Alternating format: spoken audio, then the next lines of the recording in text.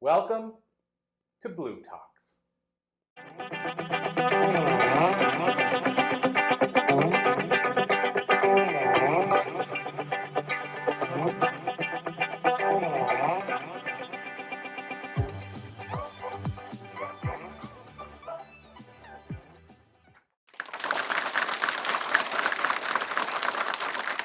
But what I will do, welcome everybody, and what I will do is kind of as a way to mention George is that how we met. So I went to an event called the New Media Summit, which was pre-COVID. I mean, it still kept going for I think another year, but it was pre-COVID. And the premise was you went to the event either to be pitched as a podcaster or to pitch podcasters to try to get on their shows. It was a really cool concept. You could go in and pitch 40 podcasters to try to be on their show after the event. And so the reason I bring that up is because when I met George, he did a very impassioned talk. And I know it was not comfortable for him, but he took the mic and he shared what he believes about what's going on with Medicare and changes we could make. And I mean, he was there, and I'm sure he wouldn't mind me saying because there's a photo of it, but he was there in tears. That's how much he believed in it. He got basically almost a standing ovation. So that's how I met George.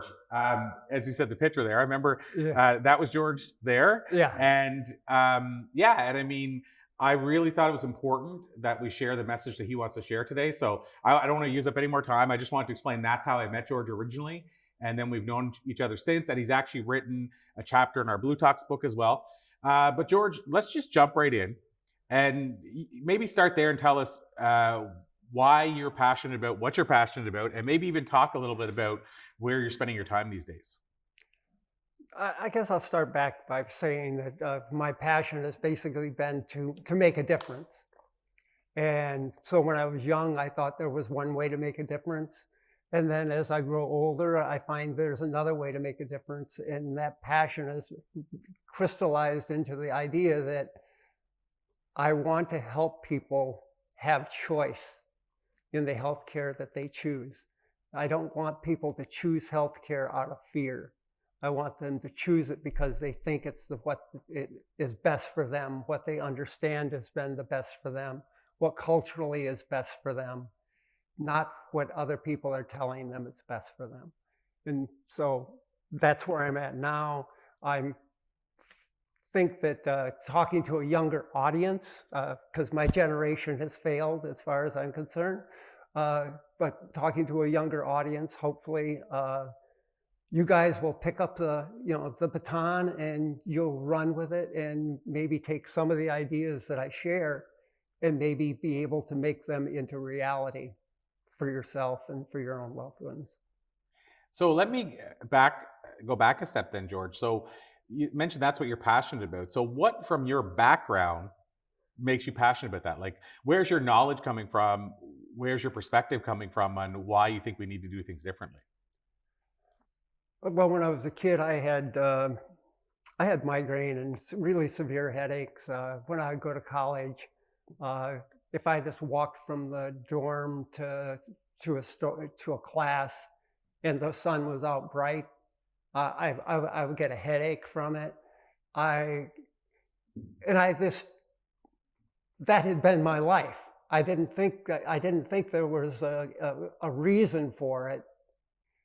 And then later on, I met an herbalist, Dr. John R. Christopher. I trained with him for a couple of years. He basically said there shouldn't be an incurable person, just people that won't do the right thing. And that was when I realized and started to use herbs and energy medicine to alleviate my headaches, alleviate the idea of having them, and in essence regain back a working life that wasn't dictated by how I felt at that time. So when I first met you, you gave me I'm trying to think of the exact terminology, but it's like a thing where you can do affirmations and try to send positive energy to help a person and stuff. Can you describe that? Because I thought that was fascinating when I first met you. And wanted a piece of my hair, which at first I thought was a bit sketchy. And I'm just kidding. But it was different. He said, send an envelope with your hair in it. I I told Corey that I didn't want to know what questions he was going to ask me. I was free to answer any kind of questions that he asked. But I can tell you that that was my past. It's not where I'm at now, because that was something that I was doing on a personal level. It was something that I was doing trying to learn how I could help people, because I could energetically kind of help people by monitoring and determining herbs and affirmations that they needed. But I could only do that on like a one-to-one basis. And right now I'm trying to go back to my passionate goal of changing healthcare entirely. And who was Buckminster Fuller? He has this, I'll paraphrase it. He basically says, instead of trying to change what we have, you have to create an alternative. And so right now we have a healthcare system in the US that is, I like to call it a medical monopoly. And if what we want is a wellness system, we have to create a system that allows us to monitor wellness and not to monitor disease. And so that's the concept that I want to share, that I want people to follow through on and understand that it is, like I told you, my acronym, IAM, intent plus action plus monitoring equals the transformation that you want. If you cannot monitor what your actions are, you're not going to follow through on them. You're not going to be able to move yourself to that point where you want to be. And the problem with health is they have never allowed us to have a means to monitor wellness. The ways that we look at wellness now are the same ways they looked at it in 1937. And the technology that we have now is not the same technology that we had then. So when they tell you that herbs can't help you, there's no disease that herbs can help you cure. They're using knowledge of the 1930s to tell you that's the way that you have to live your life now. And we are the only country in the world that does that. Think of it. We are the only country in the world that doesn't recognize that herbs help people heal. So when you mentioned about wellness versus, let's say, illness in terms of our focus, and I can't remember exactly where it was. I just know I heard it, and I always research, so I went and researched to make sure it was true. But there was a country that I read about, and again, I just don't want to say it might have been somewhere in Asia, but it was either a country or a place I read about. And probably Singapore. Well, you could wait to hear the thing and then tell me then, just in case. But it was basically, it said that they actually gave doctors bonuses based on how well their patients stayed versus the opposite, which is what our world is now. You get a bonus, like if you write another prescription, okay, we got to pay you for that because you took the time to do that. Where it's almost like, I hate to say, but it's like, let's reward you as long as, the system keeps flowing. Whereas that was like, if your patient keeps staying well, you keep getting bonuses. I mean, to me, that makes complete sense. Let's reward people for keeping you healthy. And I can't remember where it was, but it sounds like that's something we might want to explore. I'm not saying it could be easily done in the system we have, but like the idea of people being rewarded for keeping you well just seems to make sense to me. I think it was like a standard concept in China, and it was pretty much an Eastern concept that medicine wasn't meant to be a path to riches. It was meant to be a path that people chose because of their passion. And here in the US, you go anywhere, it's like, oh, how are you going to become rich? Oh, I'm going to be a doctor, or I'm going to be a lawyer, or now I'm going to be a banker, or I'm going to be an influencer. It's those things that don't necessarily have anything to do with what your passion or what you want to do, but there's those things that provide financial benefit and reward. And unfortunately, that's what medicine has turned into in the U.S. Those places in the past have unfortunately migrated from a pure philosophy like they may have had at one point in time, but they're still much better off than we are. It's interesting. I was just in Alabama a couple of weeks ago, week and a half ago, and my Uber driver, he was, I want to say, 7 years in to becoming a doctor. He went and moved there for his residency, and he was talking about all the stuff. He actually came from the U.S. from Nepal, and he talked about all the stuff that he's already done in those 7 years to become a doctor, and he's got 3 more years. And we were talking about that, and I said, "What makes you keep doing all that stuff?"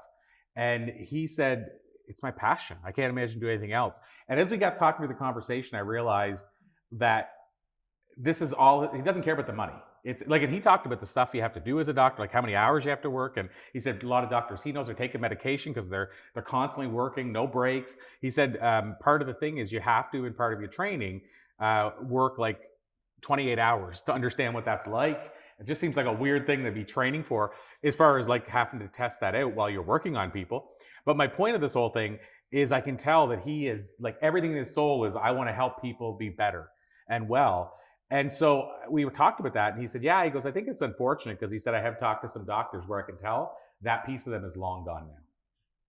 Maybe the idea of why they started doing this. And so to your point, it makes you wonder when that change happens. And I'm not saying it does for every person, obviously. There's a lot of amazing doctors that it's still, that's why they do it. And in some cases, you wouldn't do it otherwise because they have no life sometimes. But to your point, some other people think this is prestige. I can say I'm a doctor when I walk in, and the money. And then you just wonder what changes that. Is it culture? Is it society? Is it the belief that this is, I'm a doctor, what have you? Whenever I see this person start out, he's 7 years in and he's like all in. He'd do another 50 years this before he ever gets paid. I think part of it is cultural. There's a lot of societies in the world where that culture, that passion is maintained. And our problem that I see with our training of doctors here is that no matter what country somebody may immigrate to the United States from, whether it happens that has any form of indigenous type medicine, they're told that they have to completely reject all of their past cultural knowledge in order to go ahead and become part of the American medical system. And that is probably one of the things that makes a lot of those physicians depressed. And physicians are one of the few, well, their suicide rate isn't as bad as military, but they're among professions, they have the highest suicide rate because they're around problems. They internally know that there should be solutions to the problems, but then they're not allowed to provide solutions. So as we wind down, I have to ask you this thing, because obviously this is a big area we're talking about here. And so I know this is kind of a tough question to ask anybody, especially in the world we're now, where there's so many variables within the medical world. But if you could, in a crystal ball, you could sit in front of all the people you'd like to see make changes and say, we need to do this. Can you give us kind of like where your head is at in terms of what do we have to do to start making the change from this? Well, we have to understand that the disease happens in individuals. It doesn't happen in society. We need to have a way to monitor within individuals their health, their wellness. And as I said, the technology they used to eliminate herbs was 1937 technology when the FDA came in. That's not the technology that I use today or that is available today. We have the ability, they didn't have computers back then, remember? We have tremendously different capabilities now. And one of those capabilities is we have the ability to look at an individual, look at what makes them biochemically unique. And instead of calling it a problem or a side effect, something that we have to work around in order to have a societal future version of a treatment, we can look at those things to be able to monitor that own individual to tell whether or not whatever they're doing, anything from prayer to herbs to pharmaceuticals. The idea is that if you are changing their health, you are changing their wellness, their biochemistry is changing. And we have the technology to monitor that biochemistry. And we are not doing it because the government tells us that they don't want to know anything that doesn't help them make a decision about whether to use a drug or not use a drug, use X-ray, not use X-ray, use surgery, not use surgery. They care about this end result. And I care about what is the earliest change that we can identify from normal so that we can maintain normal. And the more normal we maintain, the greater longevity we have. So longevity is never going to come from the changes that happen at the end. It's going to change that we do on a day-to-day basis, that we understand and we can monitor. So I would encourage people to figure out and demand that we have a way to have a wellness system in the US, not just a healthcare system. Because the healthcare system is not designed to support wellness. Well, I mean, I have this last question I want to ask you. As you know, been building up to it.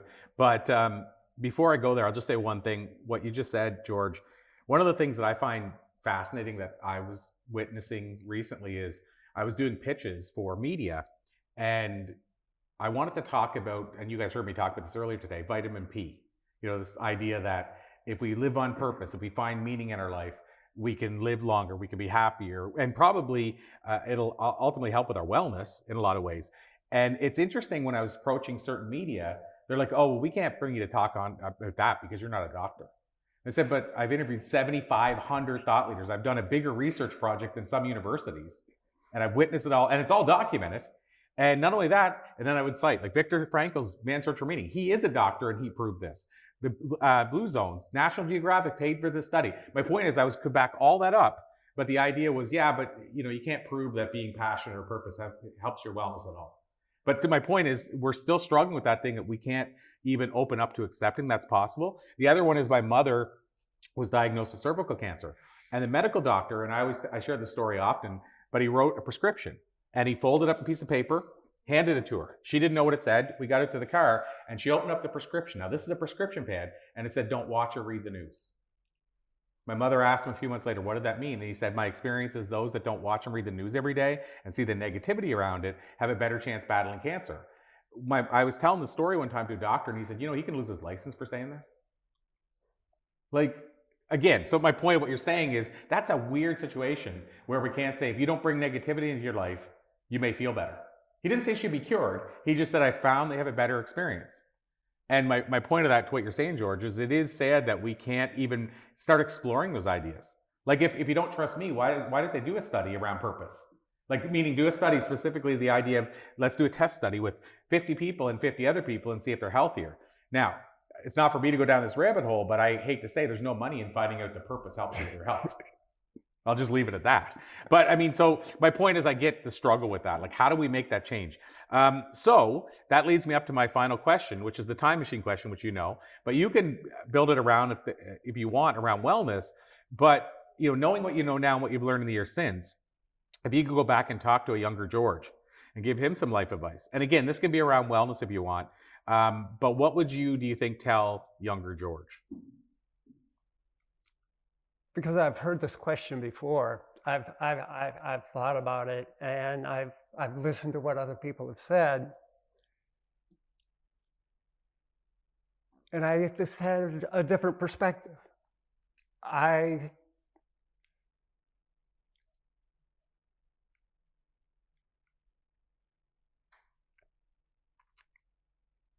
don't want to change certain aspects of my life, because I wouldn't be where I'm at. I wouldn't have the knowledge or the understanding that I have if I start to go ahead and say, oh, maybe I shouldn't have had those headaches, or maybe I shouldn't have gone to jail, or maybe I shouldn't have done this thing, or I shouldn't have done that thing. So I came to the conclusion I'd just wait and say, maybe after I'm 30, I'm married to my wife, who I've been married to, who's a very understanding person for growing on 50 years. I wouldn't want to do anything to change my life before that point. And so if I'm going to start at that point, what would I tell myself? I would tell myself to make my wife part of my business. That I didn't do that, and that's why she's not here. But she still supports me, she still understands, but if I could do something to change, I would want her to be more. Wow, that's super powerful. Shelley is a part of Blue Talks, but she's just now coming back into it because 2 young kids, one of them had a rare disorder. She couldn't be as involved. And I'm excited that she come back into the business for what you just said, because I know to her, it matters. I started this since we've been together. And yeah, so that really speaks to me because I'm trying to integrate her more back into the business. So I love that. So George, if people do want to follow you, if they want to find out more about what you're teaching, the work you're doing, is there a place you would send them, or where would you recommend they go? Or well, I have a website name, but that's longevitytesting.com. But when I went out of clinical, I had to take everything off of that, and so that's not active. So the easiest way to reach me is to go to Twitter, or X, you call it now. And my name on that is Longevity. So it's very easy to remember that if you go there and you reach out to me in any way, shape, or form, I will respond back. I think there's going to be a last slide that's going to have a QR code on it. I created a Dropbox page that has my Blue Talks chapter on it. And over time, I will put other things on it. I have a lot of information that I can share. And if we had any conversation here where I wanted to expand on an answer, I'll put it into that, and so that you can get more. Our time limitation is not going to hinder my ability to share with you what I think you need to know. Yeah, and George, what I'd like to invite you to do, I have to check and see before I say this.